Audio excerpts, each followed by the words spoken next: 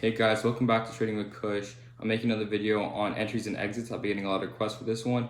And I know watching someone trade and watching a couple of YouTubers, they just go over charts and what they did to enter the trade and exit the trade.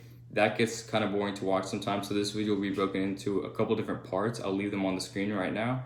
And you can just go to that minute, go to that time frame, and you can watch sections that you find helpful or you wish to learn. Hey guys, so my first tip for entries and exits are to look for U in the volume to help you find reversals and breakouts to trade. So let's hop right into it. So right here you can see I have thinkers from up on my computer, and over here I'm currently looking at Tesla right now, and today is July 30th. The market's still going, it's 2:30 right now. So up here, normally I personally don't trade the first 15 minutes as market open, but you guys can. So what I mean by U in the volume to check for a reversal is, as you can see here, it dips and then it comes back up a little bit. So this is what traders may call a U in the volume. So I normally try and look for midway through the U, that way I can enter and make a potential profit over here. So let's say I were to trade the first 15 minutes of the market, I would enter around this third candle here. It dip a little bit and I would collect my profits up here. So this is another form of confirmation. It's not always, you should not always go based off of this method. It's just if you're debating whether to enter a trade, this is something else to look for. So let's do another example. We can go with this one here. So over here you see the volume starts to take a hit. So I personally enter around the third candle here. So I would enter over here if I think it was a good trade and it shot up. I would collect my profits from here to here. And yeah, so we can actually try the same thing with Apple. Now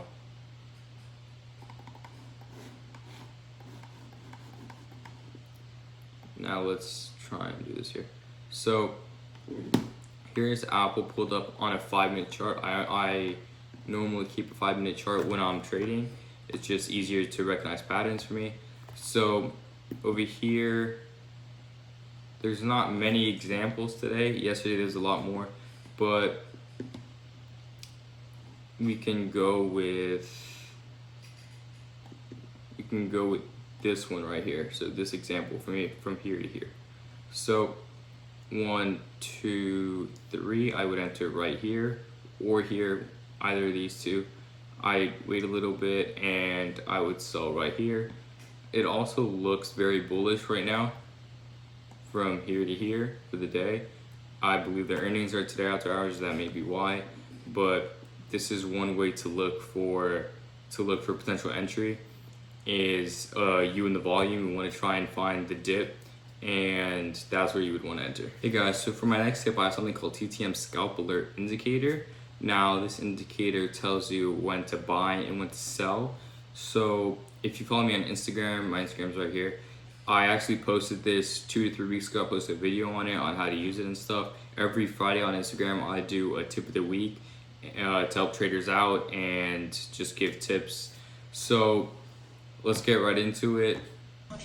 Yeah, get into it. This is the platform Thinkorswim. I know this indicator's on TradingView. I'm not sure about Robinhood or anything else, but I'll show you guys how to add on Thinkorswim and how the indicator works. So up here you click Studies and then Edit Studies. Now you would type Scalp and double click this, and then you want to click the gear icon on TTM Scalp Alert. Now this I changed to red. This is when a stock is on a downtrend, this indicator will pop up right here. So I changed this to red or pink. I'll keep pink for now. And then this width is just how big you want the indicator to be. So I normally keep 4. You can change what it is, whether it's a point, an up arrow, down arrow. I'm just gonna keep it how it is. And then now this pivot low is when the stock is on an uptrend, it'll show an up arrow for you to potentially buy. I changed this to blue. I don't get confused with my candlesticks and with my indicators. Now the width I also changed to 4. And up here where it says minute swing, you want to keep this to 0.0 if you're a scalper. If you're a day trader, you might want to do 0.3, 0.3, or 0.6. So I'll keep it at 0.0 for now, and then I click OK, and then apply. Okay, so now today is, July 30th. So the market's live right now, actually. So right here is, I'm on Tesla right now. It said to make a put, or it said that the stock was going down. So you could have actually made money from here to down here, or even let's say here. And then if there's another green candle right here, it would show to make a call or that the stock is going up. So we can see how this works basically. So right here, it said that the stock is going down, and if you play options or if you made a put, you would have made money all the way from, let's say you put 1504 to 1470. Now that's about a $34 differential. So right here, if you bought one contract, this move is potentially $3,000 or even more. Nice. Now you could see here it says on an uptrend. So these arrows actually show up one candle late, which is still pretty good in time if you think about it, because it's better to enter here than all the way up here. So this arrow would have showed up right here or even right here. That means from 1480, it said the stock was going up. Let's say you bought a call for 1480, you would have gone all the way up to 1513. Again, about a $30-$40 move. Damn! That's another $3,000, $2,000. So these indicators help a lot. It's currently 2:41 p.m. There are only a couple indicators, but you only need a few big moves, and these indicators move big. So you only need a few big moves to be done for the day. You don't need to trade a bunch of times. Like, you don't need to trade from here to here and then here to here. You just need to make 2 or 3 big moves that will help you reach your goal for the day.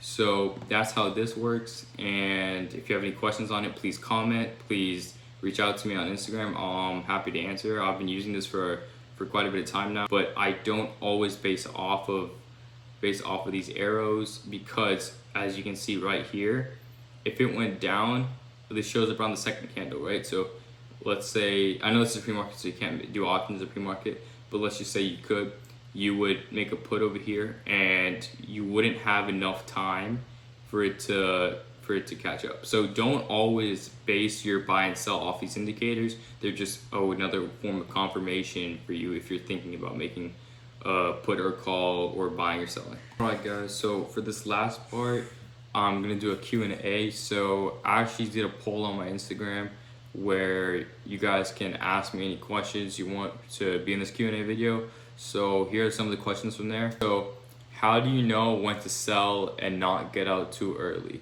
So I know when to sell and not get out too early is I place stop loss. So stop loss will really save you. Sometimes, like, oh man, I placed stop loss and I sold when I could have potentially made more because it ran higher. But I normally always try and place stop loss at a profit. That way I'm never losing money, and if it sells to stop loss, at least I made a little bit of money. So yeah, and the next question is, how long did it take you to become consistently profitable? So it took me 1 month of trading options. I took the Stock Market Lab course, and I'm still taking their course, and I've learned a lot from there. You don't have to take their course. There's a lot on the internet, and you can always reach out to me. I'll help you with any questions you have or any concerns or tips or anything like that. Just reach out. The next question is, how old are you, and are you living off your day trading income? So I'm only 16. I'm still in high school. No, I'm not technically living off of it because I live with my parents. And I mean, yeah, what's your biggest green day and what's your biggest red day? So my biggest green day is $42,000. I made $15,000 in Tesla that day, and I made the rest in SHLL, the electric vehicle company. And that was both trading options, and my biggest red day was $30,000. This is before I started trading options, like 2 months into when I first started trading. I traded DGAS. I lost a lot of money in that. That's actually in my first video. I'll put it right here. And so yeah, I mentioned that in my first video. And the next question is, what's the number one thing to keep in mind when trading in the actual moment or live trading? So the number one thing to keep in mind is to follow your trading plan. Everyone should have a trading plan and a goal for the day.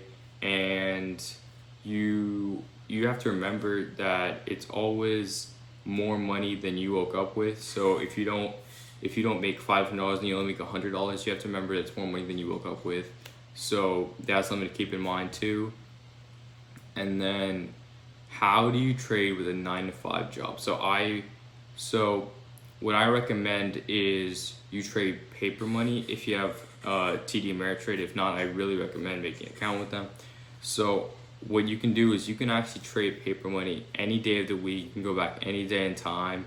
You can do this on the weekend as well. So there's an on-demand feature, and you click there, you select the date, and you can select what time it is. So you can make it like 9:30 Eastern time when the market opens, and actually trade with paper money and see how you would do. And also, I recommend charting the night before, like placing your alerts on your entire watch list that you're watching for the next day. That way, when an alert goes off, you can place a trade, and then you can place another alert to sell. So that's that. And for the next question, do your parents force you to trade? No, my parents don't force me to trade. They're proud of me that I'm pretty young and I'm doing this thing all by myself. I'm making a form of income, and yeah, I can basically trade when I want. If I don't feel like trading that day, I don't have to trade that day. There's a lot of other stuff to do to be productive. And how do you avoid big losses? So I avoid big losses by actually minimizing the amount I entered the trade with. So if I'm entering a trade with $10,000, I try entering next time with $5,000 if I take a big loss. So this week, actually, you guys might wonder why my profits are a lot smaller. So normally I trade between 2 to 5 contracts. That's how much I normally buy. This week I've only bought 1 contract per position. I've actually made about $7,000 to $9,000 only on 1 contract. Minimize the amount you're trading with, and you won't lose as much. So that's it. If you guys have any more questions, please comment, or please DM me on Instagram. I always do polls. I stay active on my Instagram, so just let me know. I noticed in my analytics that 90% of people are not subscribed. I will post a video once or twice every week starting from now on, so please subscribe. And if you guys have any questions, video ideas for me to do, please let me know in the comments.